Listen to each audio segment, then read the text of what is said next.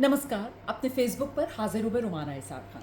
अच्छा, राम मंदिर चढ़ावा चोरी का मामला आप लगातार जानते हैं कैसे सुर्खियों में है।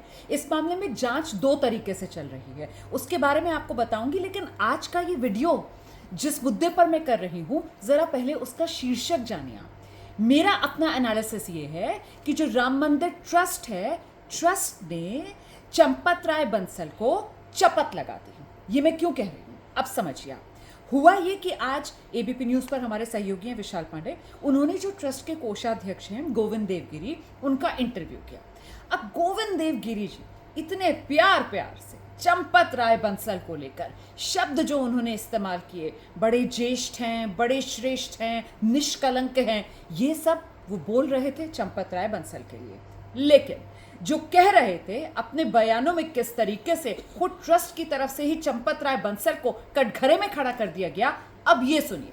सवाल पूछा उनसे कि साहब, जब अखिलेश यादव ने ये चढ़ावा चोरी का मामला उठाया, मतलब करीब 7 जून के आसपास, क्या तभी ट्रस्ट को पता चला या ट्रस्ट को पहले से पता था?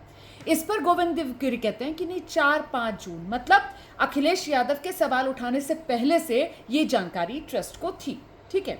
इसके बाद जब अगला सवाल पूछा गया कि भाई इसको लेकर शिकायत क्यों नहीं करवाई गई, तो अब देखिए आप गोविंद देवगिरी क्या कहते हैं। कहते हैं कि देखिए, भोलापन था चंपत राय बंसल का, भोलापन, इस शब्द का इस्तेमाल किया।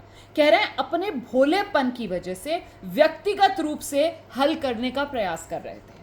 अब जरा शब्दों पर गौर कीजिए, व्यक्तिगत रूप से हल करने का प्रयास कर रहे थे, मतलब एक तरीके से ट्रस्ट की तरफ से पूरा ठीकरा चंपत राय बंसल पर फोड़ दिया गया है।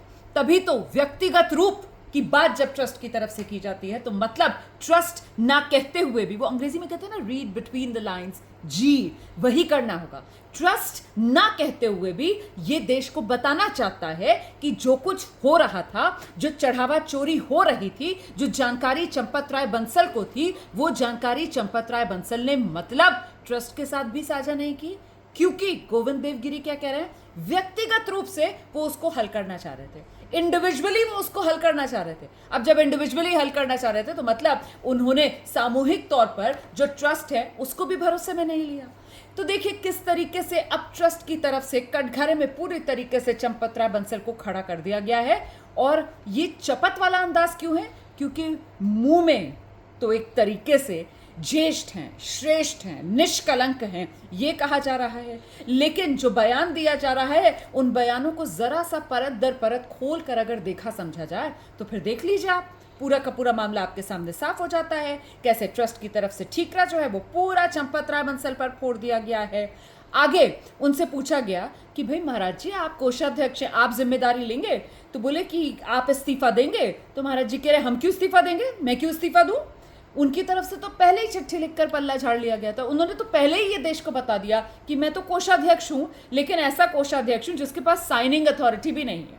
अब बताइए, ट्रस्ट के कोषाध्यक्ष अगर ट्रस्ट की बैठक से पहले ये चिट्ठी लिख रहे हैं और उसके बाद ट्रस्ट की बैठक के बाद, वो बैठक जिसमें इस्तीफा स्वीकार कर लिया गया चंपत राय बंसल का, आकर देश को ये बता रहे हैं कि हाँ, अहंकार की वजह से, स्वभाव की वजह से गलती कर दी चंपत राय बंसल ने, और साथ ही साथ ये कह रहे हैं कि वो उसको व्यक्तिगत रूप से हल करना चाह रहे थे, मतलब देश को यह भी बता रहे हैं कि ट्रस्ट की आंखों में धूल झोंकने का काम, ट्रस्ट को अंधेरे में रखने का काम चंपत राय बंसल ने किया है। ये भले ही गोविंद देवगिरी ने अपनी जबान से नहीं कहा, लेकिन अपनी बातों से गोविंद देवगिरी चंपत राय बंसल को लेकर ये तस्वीर खींचकर चले गए हैं। अब ऐसे में सवाल तो मेरा ये है कि वो चंपत राय बंसल जो एकांतवास में थे, खुद तो मीडिया से बात नहीं कर रहे हैं, अपने जो सहयोगी हैं, नजदीकी लोग हैं, उनसे कह रहे थे। वो पहले सूत्रों के वाले से खबर आई थी कि मैं ये कालिक लेकर अयोध्या से नहीं जाऊंगा। अब क्या करेंगे आप? अब तो ये कालिक आप पर खुद जो ट्रस्ट के लोग हैं,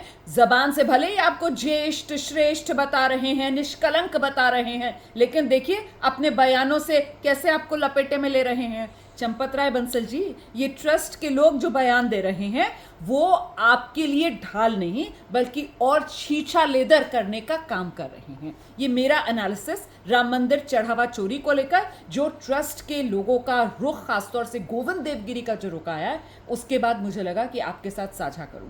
आपको क्या लग रहा है, क्या मेरा एनालिसिस सही है? आप कमेंट जरूर कीजिएगा, और अगर मेरा ये वीडियो अच्छा लगा तो प्लीज़ इसको साझा भी कीजिएगा। Thank you so much for joining.